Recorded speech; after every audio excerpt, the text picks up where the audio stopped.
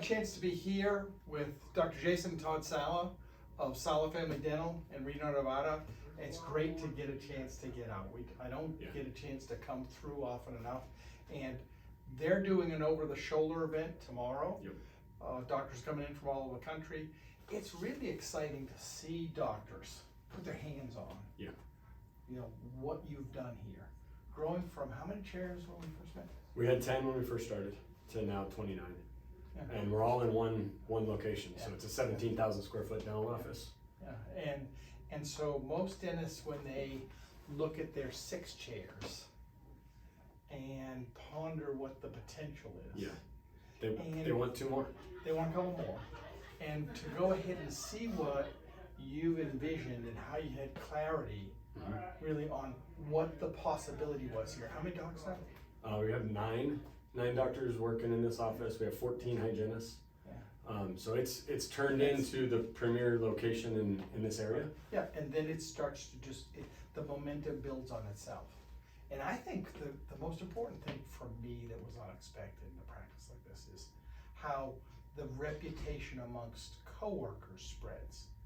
That everybody knows that this is the place to get the job if you can. Yeah, they want to work here. I mean, they really do. And then it's kind of funny. There's people who, when they get here, they realize this is not the place for them. Yeah. You know, there's high expectations, and there's a pace at which we play. The pace that we play is only because everyone has 3 ops. You never get bogged down. You never get a chance to get behind. You just get a chance to go to the next room. Do more dentistry, which is kind of what dentists like to do. It's really fun. Yeah, and there are people that have come from a place where doing dentistry is hard. And if you come from a place where doing dentistry is hard, and you go meet a bunch of people, go like, no, we're gonna do a whole bunch of dentistry. They go, no, actually, it turns out I want to kind of just hang out in the sterilization area. Yeah, and we get to do. I mean, we produce it. You know, over $1,000 an hour. We're highly focused and intentional with the patients. Our assistants are superstars. They get it. And the nice part is it's simple, it's repeatable, it's a process that we put in. And it makes it so we all can do it. And now what's really fun is I'm getting to teach efficiency. I'm getting to stand with the doctors and help them and show them just how to go about their day. Because it becomes a system. And then you get buy-in that a system actually makes sense, because at first, doctors coming out of school kind of think this is some magic art form that they're going to invent a way to do it better than. It doesn't make any sense. And there's without a system, there's no way that you can improve the process. Yeah. So it allows us, I mean, with everything being within an arm's reach, right? The assistants being here and us being here, and to be able to switch it if you're left-handed or right-handed in just 30 seconds in your So your Dr. transition. Todd's left-handed, Dr. Jason's right-handed, and so you've got a practice that has to be able to switch on the fly. On the fly. Yeah. And Todd will come in here and use this room, and they just slide everything over, and he sits on that side. I come in and slide everything back and let me work on this side. And the total time it takes to do that is 30 seconds. It's the kill time for your cabinet. I mean, while that's setting up and doing its stuff, we're able to switch the that was load. something that when we first looked at, Toyota has a principle called zero changeover. I mean, it's a core principle to Toyota. It used to be to change dies in an auto plant took 2 months. And they said, well, what's it gonna take to get it down to 1 minute? So, which was like inconceivable back when it started. They had to do it because they had one big die stamping machine. They had to do it out of necessity. To a certain extent, I had to, when we started this, like I had the same kind of pressure. My town was 17.5% unemployment when we started. And so the pressure actually led to some of the things that became opportunities later. For me, it was just like, I gotta figure out how to not get killed doing this. You know, it's funny you bring that up, because I go back to that meeting that we had in Georgia when you're like, hey, you're gonna buy this chair. And I was like, Dave, come on. Like, really, it's the you're giving me the highest priced item in your fleet, and you're telling me I have to buy it. And last Friday, I had a patient in here, and I was like, hey, so next Friday I'm here. He's like, I'll be back next Friday, so I get to come in and see him. But he's like, can I tell you something? I'm like, what's that? He goes, this chair is the best chair I've ever laid in. And I was like, you have no idea. And he's like, the heat, the massage, and then the sling of the arm to hold his arm, and then the fact that we can get so close. I get a compliment on this chair daily, and it was the one thing that was like a sticking point when you and I had our tradition brand new. It was like, are people really gonna buy it? I mean, I got all the engineering to go in to do that. It was crazy. But here's the thing I didn't get. I got that it was gonna be more comfortable for them.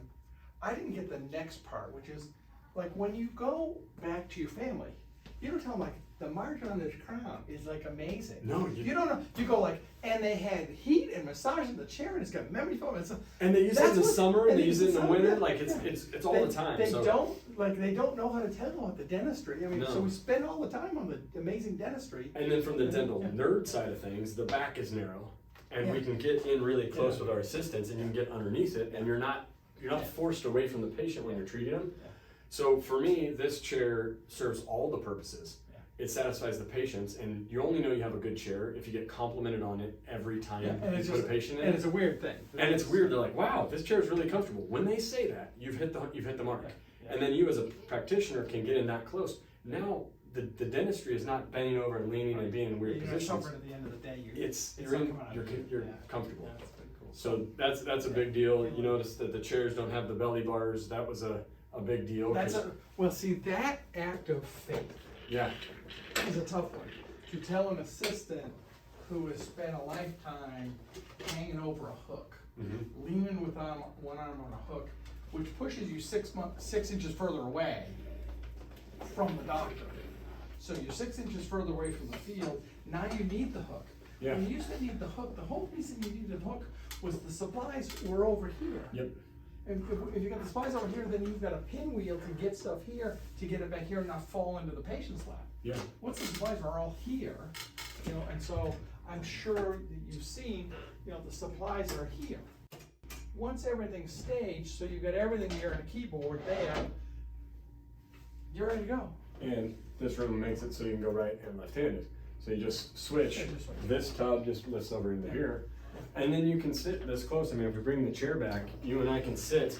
And I think the craziest thing for me was when you guys also said on the day we opened, training. You're gonna have a trainer come out and train you. And I was like, we know how to use all this stuff. I know how to do dentistry. But if you really look at how Dave and I get to sit right now, my leg is in between his legs. And he's about 3 inches higher than me, but with my leg in between him, if it's a female assistant, this can be very awkward because of how close we are. But you put a patient here, we lower this chair just down just a little bit here. Now you and I are right in here, and all the dentistry is done. Right here. Either I'm either at this position or I move up to here. And so what you have is you have 4 hands actually doing the dentistry. So then everything can be done competently from both sides. This person isn't really an assistant, they're a team player in getting the dentistry done. Yeah, and the cool part is the only thing that I can do is with my left hand is grab my handpiece and I can grab my burr. Yeah. And then everything else is out of the way.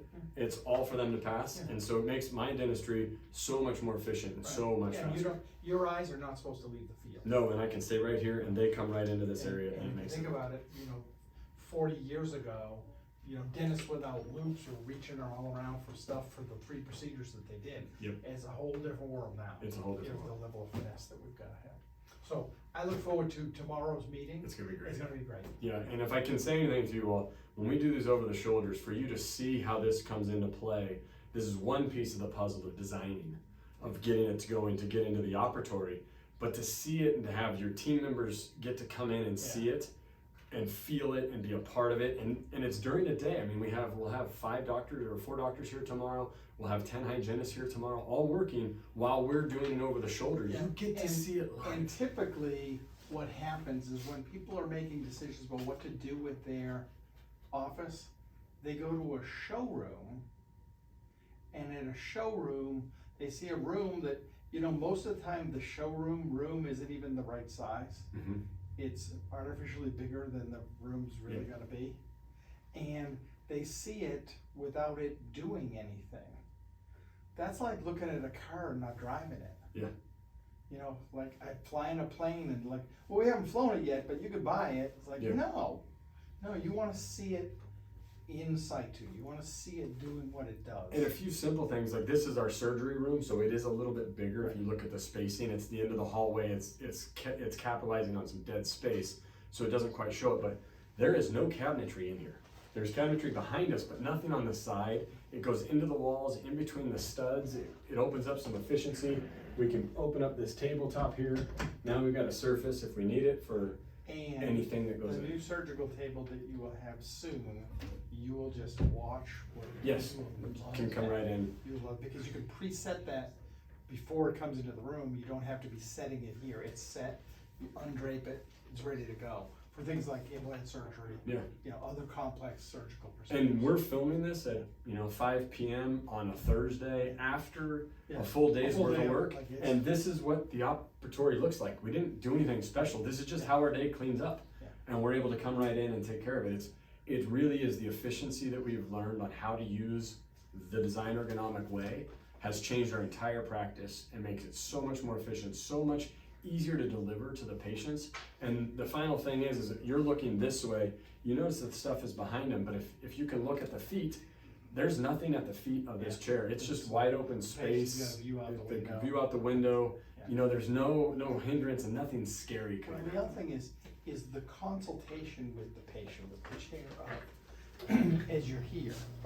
Mhm. It's a totally different relationship if you're here and you're saying, Mrs. Smith, here's what we see. And there's a handpiece unit with a Mhm. bunch of drills here. Yeah. Like the relationship of would you like to go ahead and do this dentistry? What's half the dental population's apprehensive? Yeah. So now you have the drills sitting in the front of the patient's face, and you're trying to get them to discuss this, and you may have the spouse sitting there Mhm. with that in the way. Yeah. So I'm fine with hand pieces over the patient. Actually, I don't care if you wear out. As long as it's not in traffic. Yeah. But if you want to consult, or you want to do we want to go ahead and process, billing here. Yeah. I get right down in check front of out. the patient, have a conversation here, and I just point over there, and my assistant will drag the mouse and show them everything. I can get the mouse and work it from here. It just makes it so our consultations are very, if you want it, we'll do it. It's And if you don't want it, that's fine, go do your thing. That's right.